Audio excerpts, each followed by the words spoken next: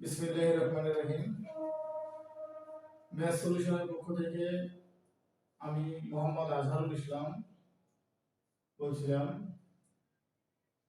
প্রিয় শিক্ষার্থী বন্ধুরা, তোমরা যে যেখানে আছো, ম্যাথ সলিউশনের পক্ষ থেকে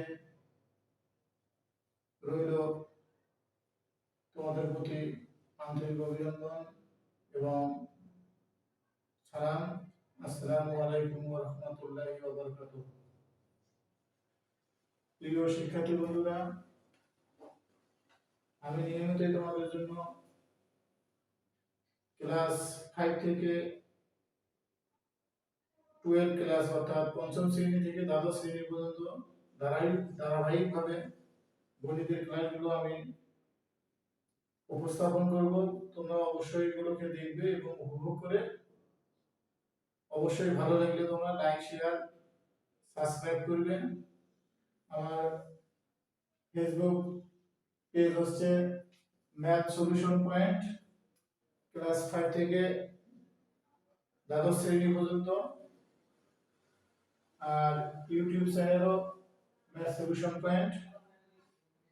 প্রিয় শিক্ষার্থী বন্ধুরা, আমি আবারও বলতেছি, আমি আপ্রাণ চেষ্টা করব এই বাংলাদেশে আনাচে কানাচে অনেক প্রত্যন্ত গ্রাম অঞ্চলে শিক্ষার্থী বন্ধুরা আছে, যারা অনেকেই আছে খুব দুর্বল, অনেকেই মাঝারি, আবার অনেকেই ভালো।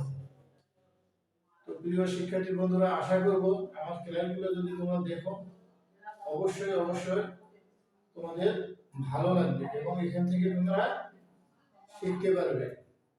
প্রিয় শিক্ষার্থী বন্ধুরা, আজকে আর অন্য কোনো কথা বাড়াবো না, শুরু করছি নবম দশম শ্রেণীর গণিত 17তম অধ্যায় অর্থাৎ পরিসংখ্যান বিষয়ে। জাস্ট একটা মাত্র অঙ্ক। এখানে কোশ্চেন হচ্ছে 36 জন শিক্ষার্থীর দশম শ্রেণীর গণিত বিষয়ে 74 নম্বরের গণসংখ্যা সারণী নিম্নরূপ। যেখানে শ্রেণীব্যাপ্তি 51 থেকে 60, 61 থেকে 70, 71 থেকে 80, 81 থেকে 90, 91 থেকে 100 এবং গণসংখ্যা 4, 6, 9, 7 এবং 10। প্রিয় শিক্ষার্থী বন্ধুরা, এই গণসংখ্যা নির্ণয় সারণী থেকে আমাদের দুইটা মাত্র এখানে প্রশ্ন করা আছে। একটা হচ্ছে প্রাপ্ত সারণী হতে প্রচুর শ্রেণীর মধ্যমান নির্ণয় করো। অর্থাৎ ক নম্বর প্রশ্ন যেটা হচ্ছে প্রাপ্ত সারণী থেকে প্রচুর শ্রেণীর মধ্যমান নির্ণয় করতে হবে, এবং খ নম্বর প্রশ্ন যেটা সংক্ষিপ্ত পদ্ধতিতে গড় নির্ণয় করতে হবে। তো প্রিয় শিক্ষার্থী বন্ধুরা, এই যে একটা পরিসংখ্যান অধ্যায়, এখানে আমাদের বেশ কিছু জানার বিষয় আছে। আমরা প্রথমত আমি জাস্ট একটু তোমাদের বেসিক আলোচনা করতেছি। যেমন কেন্দ্রীয় প্রবণতা কি, বা কেন্দ্রীয় প্রবণতা কাকে বলে, বা সেন্ট্রাল টেন্ডেন্সি কাকে বলে। What is called central tendency অথবা কেন্দ্রীয় প্রবণতা। কেন্দ্রীয় প্রবণতা হচ্ছে কোন তথ্য সারির মাঝামাঝি কোন মানের দিকে ওই তথ্য সারির অন্যান্য মানের যে ঝুঁকি বা প্রবণতা, সেটি হচ্ছে ওই তথ্য সারির কেন্দ্রীয় প্রবণতা। এই কেন্দ্রীয় প্রবণতাকে মূলত তিনটা ভাগে ভাগ করা যায়, অর্থাৎ গড় বা গাণিতিক গড়, মধ্যম বা মধ্যমা এবং খুচরো। যাক, আজকে আমি অত ডিটেইলসে আলোচনা করব না। এই কেন্দ্রীয় প্রবণতার শ্রেণীবিভাগ নিয়ে আমি পরবর্তী ক্লাসে তোমাদের সামনে উপস্থাপন করব, যেগুলো তোমরা পরবর্তী ক্লাসে উপভোগ করবে। তো সরাসরি আমি এখন 1 নম্বর প্রশ্নে চলে যাব। প্রাপ্ত সারণী হতে প্রচুর শ্রেণীর মধ্যমান নির্ণয় করা। প্রিয় শিক্ষার্থী বন্ধুরা, প্রচুর শ্রেণী কি বা কাকে বলে আমরা কিভাবে বুঝব? প্রচুর শ্রেণী আমাদের বোঝার একমাত্র উপায় হচ্ছে এখানে গণসংখ্যা যেখানে বেশি সেটা হচ্ছে ওই গণসংখ্যা নির্বিশেষের পুরুষরূপ শ্রেণী। তো এখানে দেখা যাচ্ছে সর্বোচ্চ গণসংখ্যা 10, অর্থাৎ পুরুষরূপ শ্রেণী হচ্ছে 91 থেকে 100। আর পুরুষরূপ শ্রেণীর মধ্যমান কিভাবে নির্ণয় করব? আমরা পুরুষরূপ শ্রেণীর নিম্ন সীমাকে উচ্চ সীমা দ্বারা যোগ করে 2 দ্বারা ভাগ দেব। 2 দ্বারা ভাগ করার পরে যে মানটি পাবো সেটা হচ্ছে ওই পুরুষরূপ শ্রেণীর মধ্যমান বা মধ্যবিন্দু। তো প্রিয় শিক্ষার্থী বন্ধুরা, তোমরা অবশ্যই বুঝতে পারছো কিভাবে আমরা পুরুষরূপ শ্রেণীর মধ্যমান নির্ণয় করব। অর্থাৎ এক কথায় আমরা আগে পুরুষরূপ শ্রেণী কোনটা সেটি আমরা আইডেন্টিফাই করব। এখানে সর্বোচ্চ গণসংখ্যা হচ্ছে 10, সুতরাং পুরুষরূপ শ্রেণী হচ্ছে 91 থেকে 100। অতএব পুরুষরূপ শ্রেণীর মধ্যমান হবে এই 91, অর্থাৎ সর্বনিম্ন মান এবং সর্বোচ্চ মানের যোগফলকে 2 দ্বারা ভাগ করলে যে মান পাওয়া যাবে সেটা হচ্ছে ওই শ্রেণীর পুরুষরূপ শ্রেণী, অর্থাৎ ওই পুরুষরূপ শ্রেণীর মধ্যমান। এখন আমরা যাব নেক্সট কোশ্চেন, যেটা সংক্ষিপ্ত পদ্ধতিতে গণসংখ্যা নির্দেশন সারণী তৈরি করো।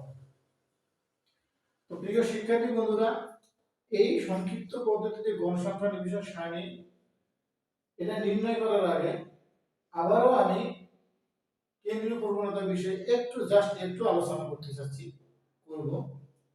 এই কেন্দ্রীয় প্রবণতা হচ্ছে প্রধানত 3 প্রকার। আবারও বলতেছি, গড়, মধ্য এবং সূচক। এই তথ্য সারিগুলো আবার 2 ধরনের বিভক্ত থাকে, 2 ভাগে বিভক্ত থাকে। একটা হচ্ছে অবিচ্ছিন্ন আর একটা হচ্ছে বিচ্ছিন্ন। অবিচ্ছিন্ন কি? যেগুলো সাজানো থাকে না সেটা হচ্ছে অবিচ্ছিন্ন, আর যেগুলো সাজানো থাকে সেটা হচ্ছে বিচ্ছিন্ন। অর্থাৎ অশ্রেণীকৃত এবং শ্রেণীকৃত, 2টা শ্রেণীতে বিভক্ত থাকে। আমরা এটা করতেছি মূলত শ্রেণীকৃত। শ্রেণীকৃত তথ্যের ক্ষেত্রে সংক্ষিপ্ত পদ্ধতিতে গড় হবে, সংক্ষিপ্ত পদ্ধতিতে এটা হবে সংক্ষিপ্ত পদ্ধতিতে গড় নির্ণয়ের সারণী। গড় নির্ণয়ের সংক্ষিপ্ত পদ্ধতিতে গড় নির্ণয়ের সারণী। সংক্ষিপ্ত পদ্ধতিতে গড় নির্ণয়ের সারণী।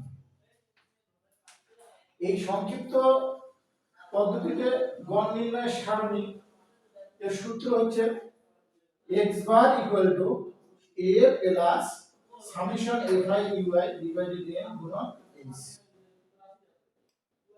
তো এটা হচ্ছে শ্রেণীকৃত তথ্যের ক্ষেত্রে গড় নির্ণয়।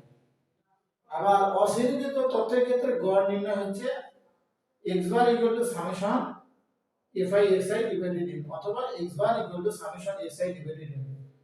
তো এখানে মূলত আমরা শ্রেণীকৃত তথ্যের ক্ষেত্রে সংক্ষিপ্ত পদ্ধতিতে গড় নির্ণয় করব, অথবা এই ধরনের যদি টেবল থাকে, যদি প্রশ্ন করা হয় সংক্ষিপ্ত পদ্ধতিতে গড় নির্ণয় করো, তখন আমরা সরাসরি এই মেথড অ্যাপ্লাই করব।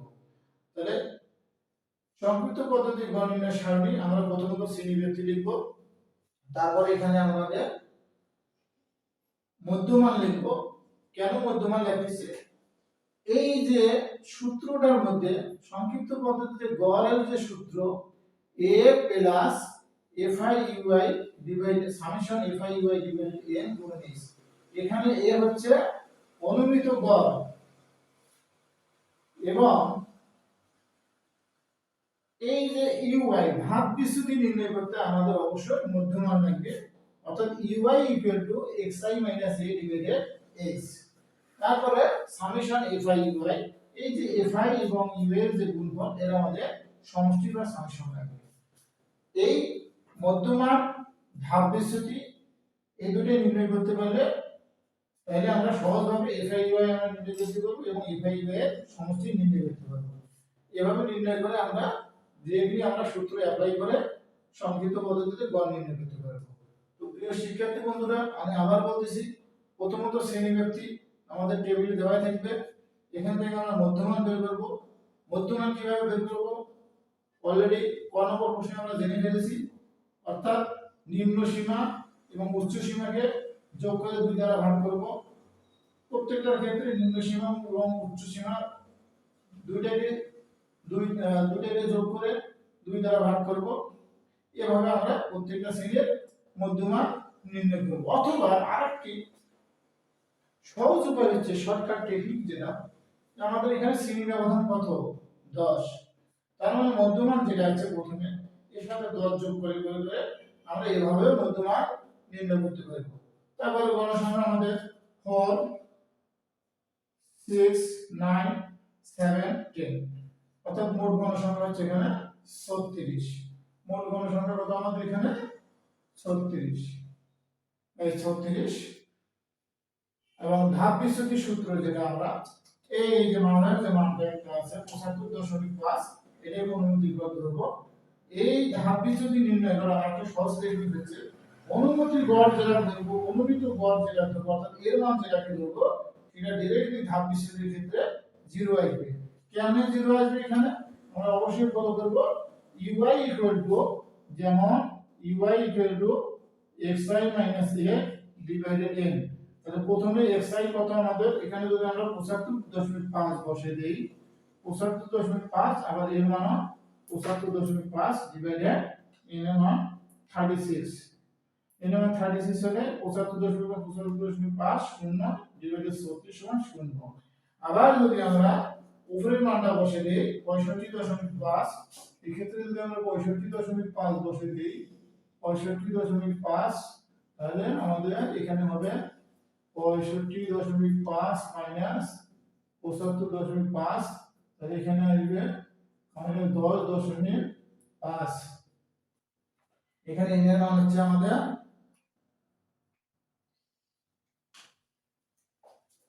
এখানে আমাদের xi হচ্ছে আমাদের কত 65.5 এবং এর মান হচ্ছে 75.5। নরমালি আমাদের থাকতেছে কত এখানে,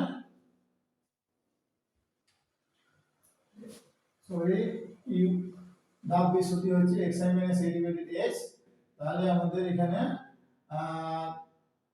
ac এর মান হচ্ছে 10।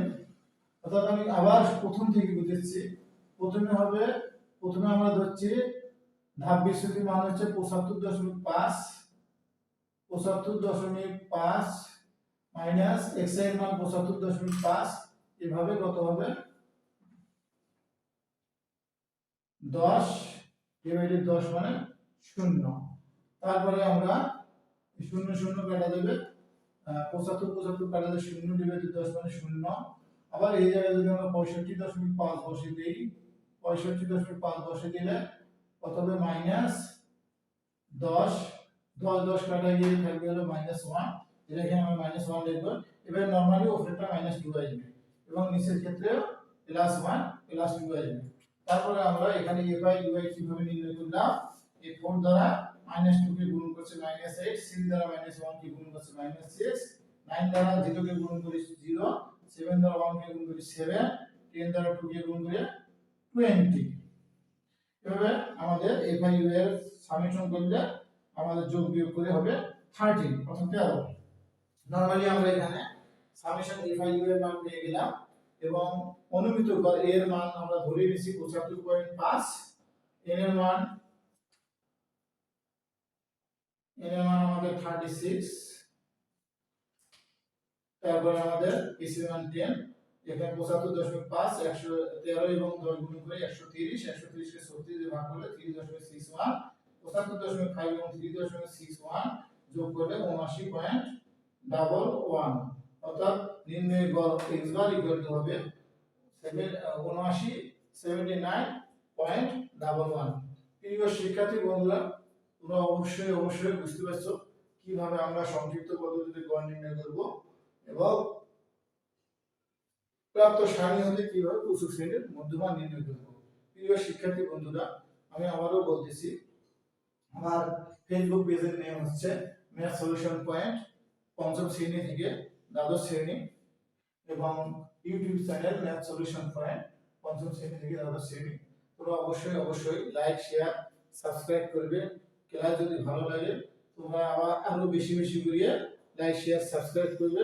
আমি সর্বদাই তোমাদের পাশে আছি এবং তোমাদেরকে সহযোগিতা করার জন্য নিয়মিত আমি ক্লাসগুলো ফেসবুক পেজে এবং ইউটিউব চ্যানেলে ছেড়ে দেবো।